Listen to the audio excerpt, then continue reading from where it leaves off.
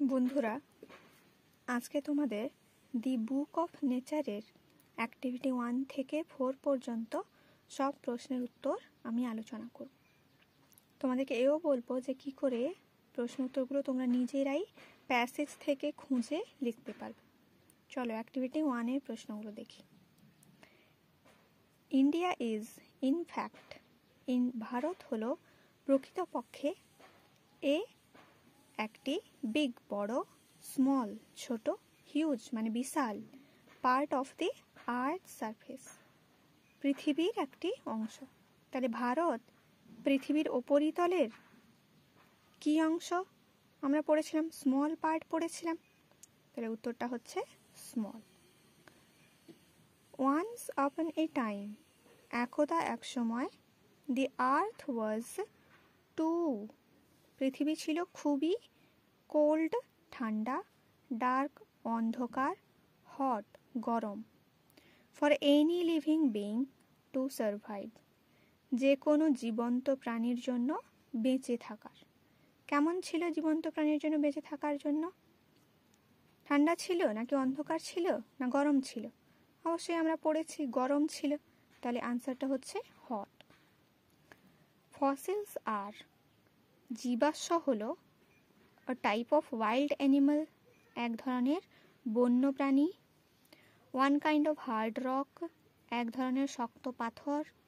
the remains of old living beings, প্রাচীনকালে যে সমস্ত প্রাণীরা বাস করত তাদের অবশিষ্টাংশ। তাহলে আমরা কি পড়েছিলাম? জীবাশ্ম, যে আগেকার দিনে যে সকল প্রাণীরা থাকতো তাদের ছাপ থেকে যেত পাথরের ওপর, তাই হচ্ছে জীবাশ্ম। তাহলে আনসারটা হচ্ছে the remains of old living beings.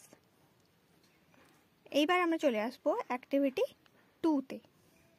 Activity 2-তে প্রশ্ন দেখো, আগে প্রশ্নের মানে বুঝতে হবে, তারপর প্যাসেজ থেকে খুঁজে লিখতে হবে।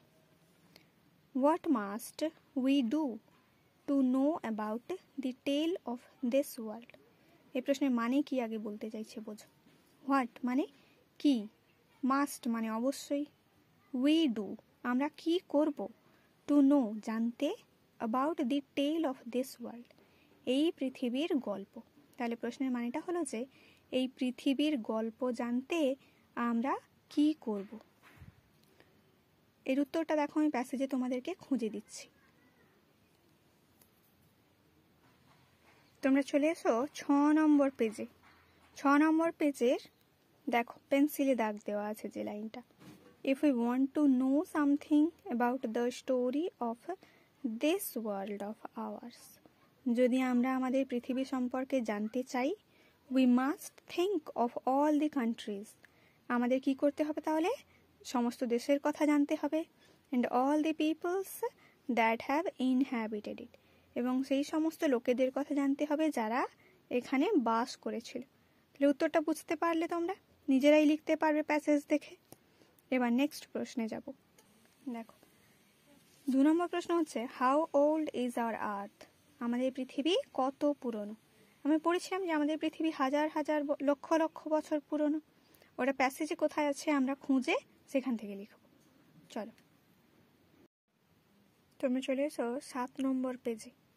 দেখো কি লেখা আছে, এখানে একটা লাইন আছে না, দাগ দেওয়া আছে যেটা, our earth is very very old, millions and millions of years old, আমাদের পৃথিবী হচ্ছে অনেক অনেক বছর পুরনো, লক্ষ লক্ষ বছরের পুরনো।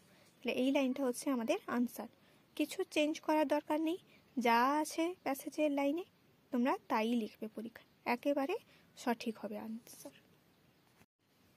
এবার 3 নম্বর প্রশ্ন দেখো, হু রোমড, রোম মানে ঘুরে বেড়ানো, কে ঘুরে বেড়াতো, দি আর্থ পৃথিবীতে, before the arrival of human beings মানুষের আসার আগে। তার মানে পৃথিবীতে যখন মানুষ ছিল না তখন পৃথিবীতে কারা থাকতো?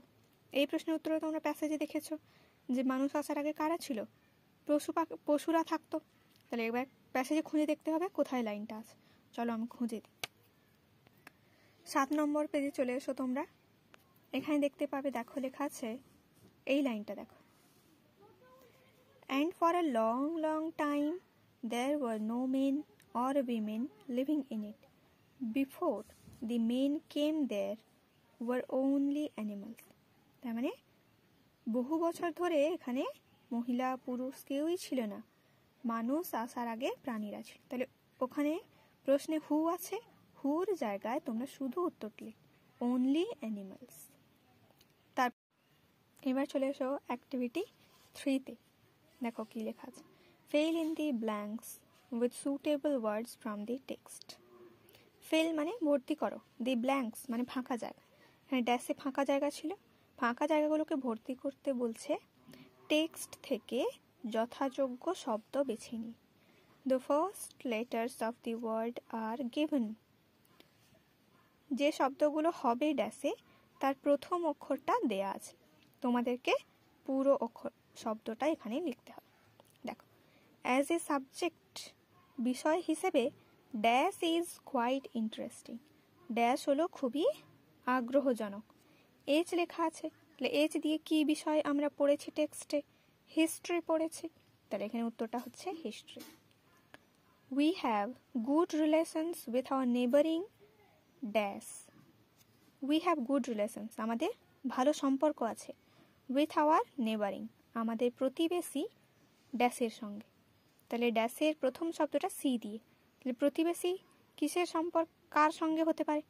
সি দিয়ে শব্দ পড়েছি না আমরা, কান্ট্রি। কান্ট্রি মানে দেশ, তার মানে আমাদের ভালো সম্পর্ক আছে প্রতিবেশী দেশের সম্পর্ক, এখানে উত্তরটা হবে country. Plants need air, water and Sunlight. গাছেদের প্রয়োজন বাতাস, জল এবং সূর্যালোকের। টু ড্যাশ, তাহলে গাছের এগুলো প্রয়োজন কিসের জন্য? বেড়ে ওঠার জন্য। আমরা পড়েছি গ্রো শব্দটা, তাহলে এখানে হবে grow. Can you dash how big the universe is. Can you পারো কি তুমি, ড্যাশ যে আমাদের এই বিশ্ব ব্রহ্মাণ্ড কত বড়। তাহলে এখানে কি হবে, যে তুমি কি ভাবতে পারো যে আমাদের বিশ্ব ব্রহ্মাণ্ড কত বড়। তাহলে এখানে ভাবতে পারো কি হবে, ইম্যাজিন। ইম্যাজিন মানে ভাবা, আমরা আগেই পড়েছি। এখানে ইউ শুড ড্যাশ রেগুলারলি। তোমার উচিত ড্যাশ নিয়মিত। If you want to be a good student, যদি তুমি চাও একজন ভালো ছাত্র হতে। তাহলে এখানে কি হবে, যদি তুমি নিয়মিত পড়াশোনা করো, তাহলে স্টাডি হবে এখানে উত্তরটা। এবার দেখো অ্যাক্টিভিটি 4 দেখো, মেক মিনিংফুল সেন্টেন্সেস। অর্থপূর্ণ বাক্য বানাতে হবে উইথ দি ফলোয়িং ওয়ার্ডস, নিচের শব্দগুলো। তাহলে আগে শব্দের মানে জানবো, তারপর বাক্য বানাবো। ইন্টারেস্ট মানে আগ্রহ।